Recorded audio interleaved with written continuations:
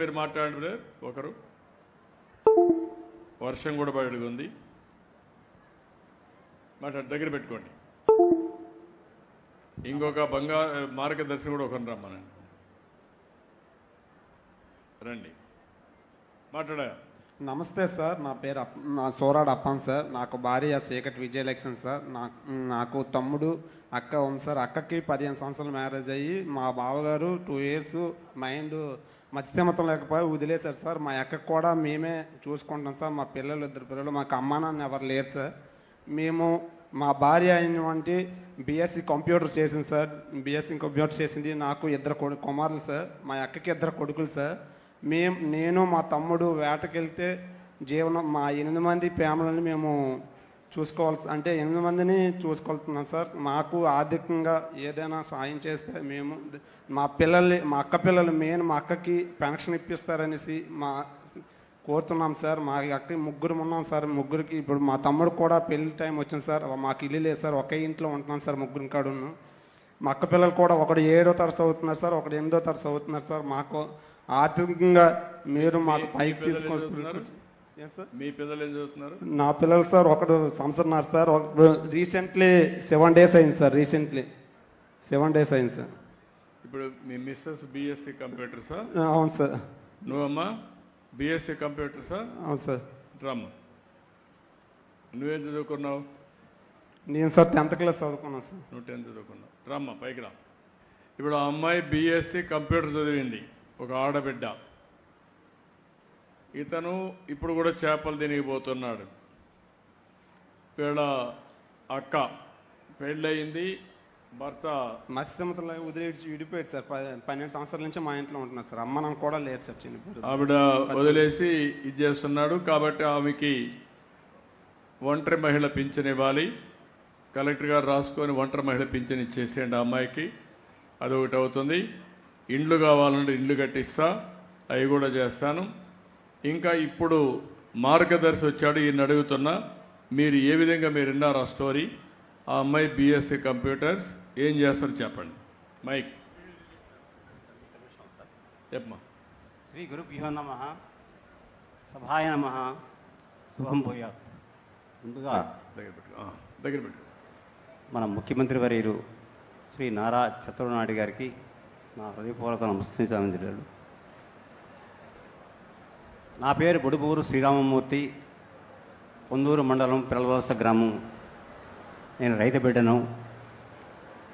నేను ప్రభుత్వ ఉద్యోగం లెక్చరర్గా చేసి ప్రిన్సిపల్గా రిటైర్ అయ్యి జిల్లాలో లేనటువంటి అరుదైనటువంటి వివిధ కోర్సులు, degree, PG, intermediate, diploma, agriculture, fisheries, veterinary, ఈ కోర్సు అన్నీ పెట్టగలిగాము. అంటే అది కేవలము బాబు గారి ప్రభుత్వ హయాంలో మా జిల్లా పెద్ద సహకారంతో ఇవన్నీ మేము పెట్టగలిగామండి. ఈరోజు మా ఉన్నతికి ప్రధాన కారణం ఏంటంటే కింజరాపు ఎర్రనాయుడు గారి కుటుంబ సభ్యులు, మిగతా తెలుగుదేశం మిత్రులు అందరూ సహకారంతో వివిధ సంస్థలు నెలకొల్పడం జరిగింది. అందులో భాగంగా కొంతైనా సార్ తలపెట్టినటువంటి ఈ వినూత్న కార్యక్రమాన్ని జయప్రదం చేయాలనే ఉద్దేశంతో పేదరికం లేని సమాజమే ధ్యేయంగా ఒక కొత్త నానుడితో మార్గదర్శి బంగారు కుటుంబం అనే నినాదంతో సార్ ముందుకొచ్చారు. రాష్ట్ర ప్రగతిలో ప్రజల భాగస్వామ్యం కలిస్తే అద్భుత ఫలితాలు వస్తాయనే తన ఆశయం, ఆలోచన చాలా గొప్పది, చాలా వినూత్నమైనది. భవిష్యత్తులో ఇంకా ఎన్నో ఇటువంటి వినూత్న కార్యక్రమాలు ఆయన చేపట్టాలని, మనందరము తనకు సహకరించాలని మనస్ఫూర్తిగా నేను కోరుకుంటూ, తనకు ఆ దేవుడు, ఆ భగవంతుడు ఆయుష్, ఆరోగ్యం, శక్తిని పరిపూర్ణంగా ఇవ్వాలని ప్రార్థిస్తూ ఈ పవిత్రమైనటువంటి సమావేశంలో, కార్యక్రమంలో నేను భాగస్వామిగా ఉన్నందుకు చాలా సంతోషంగాను గర్వంగానూ ఉంది. తర్వాత నాకు ఈ అవకాశం ఇచ్చినటువంటి ఎంతమందిని ప్రతి ఒక్కరికి మీరు- కూడా పేరు పేరున నేను నమస్కారాలు తిరుగుతున్నాను సార్. Thank you brother. ఎంతమందిని మీరు అడాప్ట్ చేసుకోగలుగుతారు?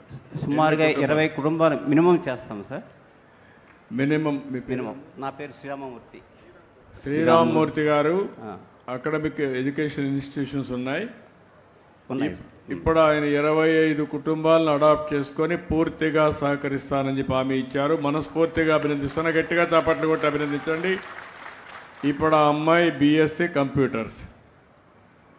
ఇమ్మీడియట్గా అమ్మాయి స్కిల్స్ కొంచెం అప్గ్రేడ్ చేసి ఆ అమ్మాయికి మీ ఇన్స్టిట్యూషన్లో కానీ ఎక్కడన్నా కానీ ఉద్యోగం ఇప్పించాలి.